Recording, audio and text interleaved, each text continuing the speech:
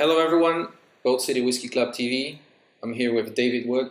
Can you say a few words about yourself? My name's David Wood. I'm from Distilled Events. I own and run Distilled Events. What I do is I host whisky masterclasses all over the UK and further afield. I also host gin tastings and masterclasses. I also take people to my favourite place, the Isle of Islay in Scotland, which is your favourite place too, I dare say. And I take groups of people there on whisky holidays, if you like, taking them around all the distilleries and giving them a very special time. So that's me. That's what I'm doing now. I used to be distillery manager at Kalila on Islay, so it means that my guests get a truly authentic experience. Hello, David. Hello. Hi. Welcome, Boat City Whisky Club. Thank you very much for having me. Thank you for coming here. So, how did you like it here? It's been wonderful. Everyone's really looked after me. Had a great time in the city. Seen a lot of the city. Obviously, there's lots of things going on. It's very exciting. Lots of sort of old sort of industrial buildings being brought back to life in very interesting ways. So it's obviously a very exciting time for you guys here in the city. It is. Great. So, what do you think about the Polish whiskey community? The what, sorry? The Polish whiskey community. It's obviously growing quite quickly, thriving, if you like. It was certainly the tastings that I attended were very well attended, and people from not just in the city but further afield as well. So I think you guys are doing a good job, and you need to just keep at it and keep getting people in and keep getting people into the whiskey thing and be ambassadors for it, if you like. Right. Mm-hmm. How do you see the future of the whiskey industry in general? It's very exciting times in the industry at the moment, and it has been for the last 10 or 15 years. When I first started retailing whiskey, it was only just starting to pick up, but it gathered momentum very, very quickly. Some very exciting things happened. Gin's going through it right now in the UK. I don't know what it's like here, but gin's growing very, very quickly, and Scotch whisky went through that in the last 10 years, and now who knows what's going to happen in the next 10. It's another exciting saga. So if we were to look back at this question in 10 years' time, things could be very, very different. Who knows what's going to happen to single malt particularly. So it's interesting times. Let's hope it continues to grow. I'm sure it will continue to grow. It's just that obviously the blended whisky category is booming in all sorts of markets across the seas, and that's really dictating what's happening to single malt. So, I know we're going to talk about no age statement and all that sort of stuff shortly, but that all ties in, and everyone's seeing now, particularly back home in the UK, when you go to a supermarket and try and find your favourite aged statements, whiskies from the past, it's getting increasingly more difficult. So we are seeing more sort of stories being sold to us rather than age statements, and that's not particularly a bad thing. But as I was saying at our tasting last night, I think my advice to consumers really is that don't buy whiskey necessarily on brand, but buy it on taste, and make sure that if you're buying something without an age statement, irrespective of where it's from, just make sure you're tasting it first, because lots of them are really, really great, but it all comes down to personal taste in the end anyway. So it's not necessarily a bad thing. No, not at all. But don't expect your 10-year-old whiskey from distillery A to taste the same when you taste the same distillery's no age statement necessarily. So taste it first and make your own decision. Right. So how did you get into the whiskey industry? I've worked in the drinks industry for about 28 years, and after about 10 years of working for other retailers, we were lucky enough to be offered the chance to buy a wine shop in the market town of Leek, where I come from, right in the middle of England. And the guy who had it before had stocked a few whiskies, but I really, really wanted to try and make myself learn about whiskey. And at the time, I didn't understand whiskey at all, and I didn't think I liked it. I thought whiskey tasted like whiskey. There was a pub in Leek, a very, very eccentric little pub that happily still exists, but it closed for a long time. It was a really eccentric place, and the guy in there really, really tried to get me to explore different flavours and different whiskies. And he gave me a glass of Kalila, and that's where it all started for me, because when I nosed it and tasted it, I just couldn't believe the complexity of the flavours that would come across to me. Islay Isla sort of introduced herself to me in that glass. So that really sparked my enthusiasm and my excitement for the category. But because of what I was just talking to you about, the industry, the single malt whiskey market growing so quickly in the last 10 years, it was a great time. I was lucky to have started my journey then, because it meant that when I did go to Isla, when you go to Isla now, there's lots of tours and experiences and all that sort of stuff available. Back then, only 10 years ago, there wasn't much. So if you turned up at a distillery and you were clearly very interested in the subject, you were incredibly well looked after.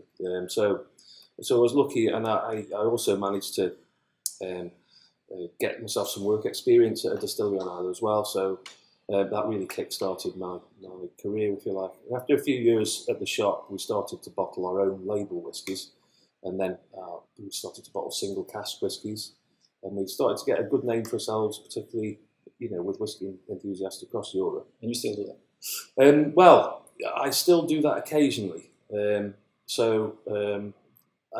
probably increasingly will do a little bit more. So watch this space on that one. But those bottlings back then really put us on the map. And eventually Diageo got in touch with us and asked me to apply for the role of brand home manager at Lagavulin in Kalila, which I did. Being invited to go and work on Isla, I thought it was my dream come true. So I went and I was based at Lagavulin, but worked at Kalila as well, and was responsible for anything to do with visitor experience. Okay. So obviously, I really relished the chance and really did make a difference there. So I really enjoyed it. Started to develop tours and tastings and all that sort of stuff. And then after a year, the guy who was managing Kalila, Billy Stitchell, he suddenly announced that he was retiring early, which no one expected.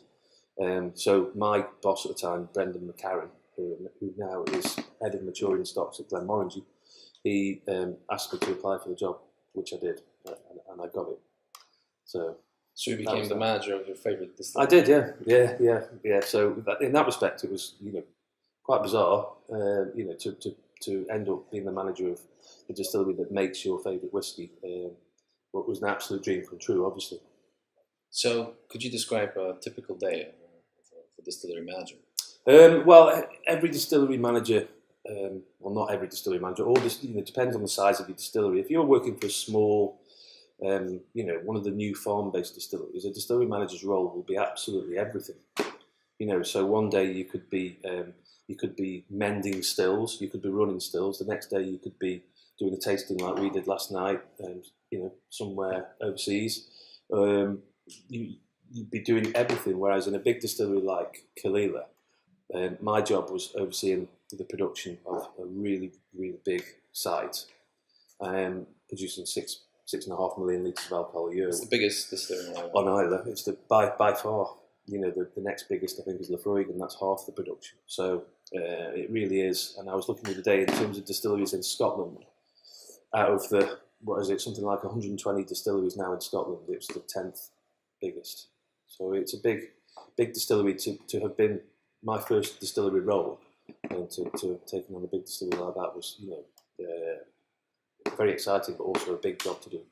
But my job would be on a typical day, because I might be doing some overseas stuff and I might be doing some brand stuff, but most of the time my job would have been looking after the whole site, looking after projects, looking after compliance and health and safety and that sort of stuff. Lots of contractor management, lots of people management, obviously, because people have this conception that they think that at a big distillery like Kalila, there's only a few people there, but actually, when you add up all the visitor centre staff and all the engineers and all the operators and all the administrative people, you've got a team of about 20, 25 people, that you're looking after, and contractors. So sometimes, some days of the year you could have 50, 60 people on site, because ultimately you're responsible for the visitors and contractors and everything. So, and lots of vehicles coming and going, lots of deliveries, yeast, barley, oil, and all that sort of stuff. So that's really, the big distillery. They're the main sort of responsibilities of a distillery manager, as well as production, of course. You've still got to make the stuff, as well as looking after all the other stuff like health and safety and contract management. Doesn't sound like a typical 9 to 5 job. Absolutely not. There's a lot of spinning plates, a lot of firefighting, not literally, but lots of things going on, lots of things coming at you all the time, and all the things that ultimately you've got to sort out. So very exciting, and you never really sit down for more than a few minutes. Do you miss that time? I miss some of it. Sometimes I prefer what I'm doing now because I am talking about whiskey all the time. Or gin. I do a little bit of work with gin as well. And I have to say that when I moved to Islay, I really, really wanted to be involved with shouting about whiskey, really, and giving people a good time with whiskey rather than necessarily worrying about health and safety and contract management and that sort of stuff. So I'm back doing now what I'm the best at doing, really. So, and I'm very lucky because it means that I'm getting to come and do tastings like I did last night, and I'm getting to just speak to people about whiskey. And at the end of the day, when people come to my tastings, they really want to enjoy it because it's all about whiskey. So it's not a hard job to do, really. You know what I mean? It's not. Okay. It's not a difficult job at all. So I don't wake up on a Monday morning worrying about work. Good for you. So, So Islay is a small community. Yeah. What's the relationship between distilleries? very good, really. It has to be because Islay, you've been yourself, and it's quite a remote place, but it has a ridiculous concentrations of distilleries. Even at the moment, going forward, obviously there's going to be more. Very small population of only 2,500 people, really. So, and a small island. So the distilleries really at a ground level have to work together. So at brand level, of course, it's very competitive. But on the island, it's completely different. Don't forget that at each distillery, everybody's got family members who works at the competitor distillery. So it's all very friendly, really. And if something, the last thing that you want on Islay is distilleries not being able to produce.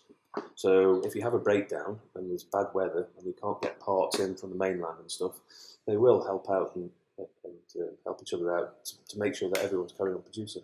It's in everyone's interest, really, because if distillery A can't produce, they might be a customer of the maltings at Port Ellen, so they're not going to be able to take their malted barley necessarily. So everything can have a knock-on effect. So yeah, it's all very friendly at ground level. Yeah. You mentioned the concentration of distilleries on Islay. So what do you think about the new ones like Ardnahoe? It's a very exciting times. Ardnahoe's, I don't know if you know where the plot is, but where it's being built, it's just it has to be one of the best locations in Scotland for nice view on the Paps of Jura. It's unbelievable, and it's right by Loch Ardnahoe on the Bunhaven Road. It's just a spectacular place. I think Ardnahoe have taken, when they put their planning applications in and thought about the sites, they really thought about what the implications are for the access road and things like that. So, because the Bunhaven Road is, you've seen it, it's tiny, in terms of width. So they've put a lot of investment into making improvements on the road. Not that other roads are. Yeah, wider. no, but at least now that there's some big passing places, so that the big trucks that go up and down the road can get past easily and reducing the chance of an accident. So it's a really good thing, but it's not just Ardnahoe. There are rumours of other distilleries opening as well. So I just hope that the industry continues to, sales of Scotch whisky, let's say, continues to grow as it has been, because there's a lot of people taking a lot of risks with a lot of money. In terms of it's not cheap to build a distillery, so they must have faith in how the industry is going to go over the next few years. So I think any distillery opening in Scotland or indeed anywhere else in the world is a great thing for the industry. I just hope everyone's done the homework. Yeah. Let's hope they know what they're doing. Yeah, I'm sure they do. Coming back to the tasting we enjoyed yesterday, can you tell us a little bit more about the independent bottlers, Chilton and Dramford? Yeah, I can. We tasted quite a few of the Cadenheads as well. Cadenheads is a company that I've worked with for quite a while, and I'm sure there was a lot of people that tasted last night that are very aware of the brand and enjoyed the whiskies in the past. They're the oldest independent bottler in Scotland. Dramford and Chilton are people that I've become friends with over the last few years. I really like what both of them are doing because it's very similar to what we did with our own single cask whiskies, particularly a number of years ago. We'll start with Dramfool. Dramfool is owned and ran by a chap called Bruce Farquhar. He's based in Scotland, and I've just known him for over the years, meeting up at the festival and having a dram or two.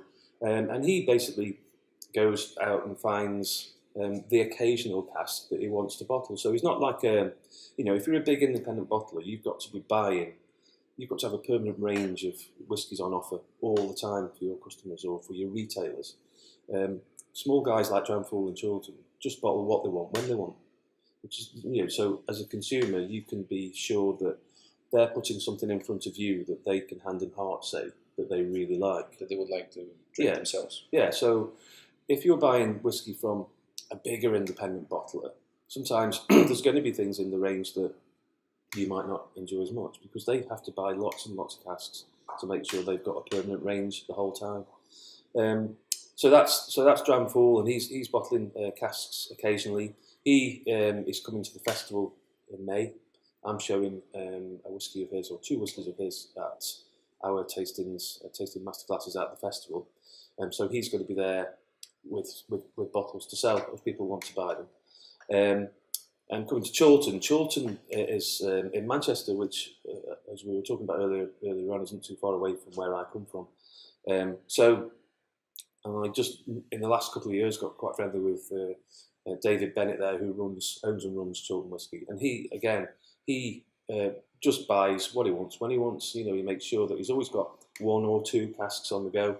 And he just buys and manages to find some pretty exciting stuff. I think you guys enjoyed a Bunnahabhain 23-year-old at the festival last year, and it was a spectacular Bunnahabhain. But he tends to keep them at the right price as well. I think that was something like £85 or £90 a bottle for a 23-year-old single cask Bunnahabhain, which is pretty reasonable in my book. So yeah, we're working together. I'm showing a dram or two of his at the masterclasses at the festival as well. I'm pretty sure there'll be really, really, really good whiskies. So I'm really excited and looking forward to that. So I think it's great that these guys, at the moment, I was lucky when I was bottling single casks years ago. I bottled everything from Islay. There was stuff available all the time. So it was easy for me, relatively speaking. But now it's very, very hard to find decent single casks. So, it's hats off to people like Bruce and David because they are managing, because of the contacts that they've created and the way that they've worked with people and gained respect. They're managing to get these really, really good single casks. When you say hard to find, is it because they're more expensive or because of the demand? Both. Not available. Both. If you want to buy a cask from Islay now, if you can manage to buy it, it's going to cost you a lot of money. So back when I was bottling Islay casks only 8 or 10 years ago, I was retailing 12 or 13-year-old single casks for £40 or £45 a bottle. And those days are long gone. You're talking more like £100 now if you can find them. So there is, there is less of it about because of the boom in Scotch whisky industry. There's distillers are less likely to let casks go, and when you do find them, they are more expensive. So you've got to have the money in the bank to be able to buy them and bottle them, or you've got to buy. There's quite a good access at the moment to casks that are 4 and 5 years old. So we've all seen in the last couple of years there's more and more single casks on the market that are younger, because people are buying them at that age and then bottling them straight away, which is fine. But I prefer, when I bottle mine, I prefer to bottle them a little bit older. So you have the choice then to buy them at that age and further mature them, but that's really tying up your cash flow, obviously. So you need to have a lot of cash to be able to do that. So there's a number of ways of doing it, but it is a lot more difficult these days. So that's why you've got to respect people like Bruce and David, because they're managing to do it. So, what are your 3 favourite distilleries in Scotland? Quite a difficult question for me to answer, but number 1, quite obviously Kalila. That's always going to have a very special place in the heart for obvious reasons. The second one, I would say, would be Bunnahabhain, because before I moved to Isla permanently, I was lucky enough to be able to work occasionally at Bunnahabhain because I was very friendly with the manager at the time there. So he allowed me to shadow different workers at the distillery. So I learned about my trade there really, and learned a lot about whiskey, and also managed to, I was working in incredible warehouses, some of the best warehouses in Scotland. So it helped my enthusiasm really, and really got under my skin. And then thirdly, really, not a distillery I've spent a lot of time at necessarily, but I really enjoy their whiskies, which is Glengoyne. I think it's a beautiful distillery. I like the fact that it's so close to Glasgow as well, and you can get to it really easily. But I like the fact that the road goes through the distillery, and on one side of the road you've got the distillery, which is in the Highlands, and on the other side of the road you've got the warehouses which are in the Lowlands. So and they make fantastic whiskey. The whiskies always do what they say on the tin, really, and they just very well done, marketed very well, owned by a small company, and the whiskies are fantastic. I serve them quite a lot at whiskey dinners, and they always go down great. And let's face it, is there another range of whiskies out there that are so reasonably priced? So I really like Glengoyne. All right. And what about favourite distillery outside of Scotland? That'd be St George's in England, in Norfolk there. So I'd never really thought that much about the distillery before. I was invited to go and visit it last year. Had a great tour. Thought the distillery layout and everything was fantastic, and tasted quite a lot of their range. I was absolutely blown away. Obviously, the whiskies are still quite young there, but they're doing some incredible peated stuff. And if you taste it blind, it could be from anywhere in Scotland, and it's always it's always going to be a smaller brand, if you like, than whiskies in Scotland, because it's not Scotch at the end of the day, but they're still doing fantastic stuff, and they're spreading the word about whiskey at the end of the day. So, and if you go to the distillery, they've got a huge whiskey shop that's full of whiskies from Scotland, so it's not that they're just shouting about their own brand, they're sort of shouting about the whiskey category full stop. So here's the more difficult one: your favorite whiskey. That really is a difficult one. It depends what the criteria are, really. So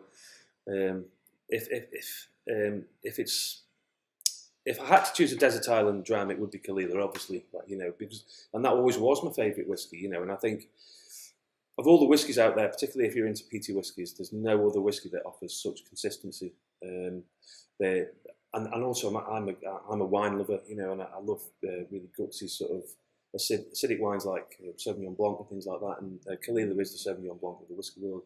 Goes really well with fish, and it really speaks of its provenance. And just when you buy a 12-year-old Kalila, every time it's exactly the same. It's just a great whiskey. So, but it depends then what you include. I've tasted some amazing whiskies through the years, and been lucky to get into some amazing casks. So do you include them? Yeah. So Kalila, it has to be Kalila. All right, David, it's been a pleasure. Thank you for thank you for having me. Thank you for looking after for me. hosting fantastic tasting, and thank you for listening to you. And we hope to see you back again in Holland and maybe on Ireland. My pleasure. Thanks very much. Thank you. Cheers.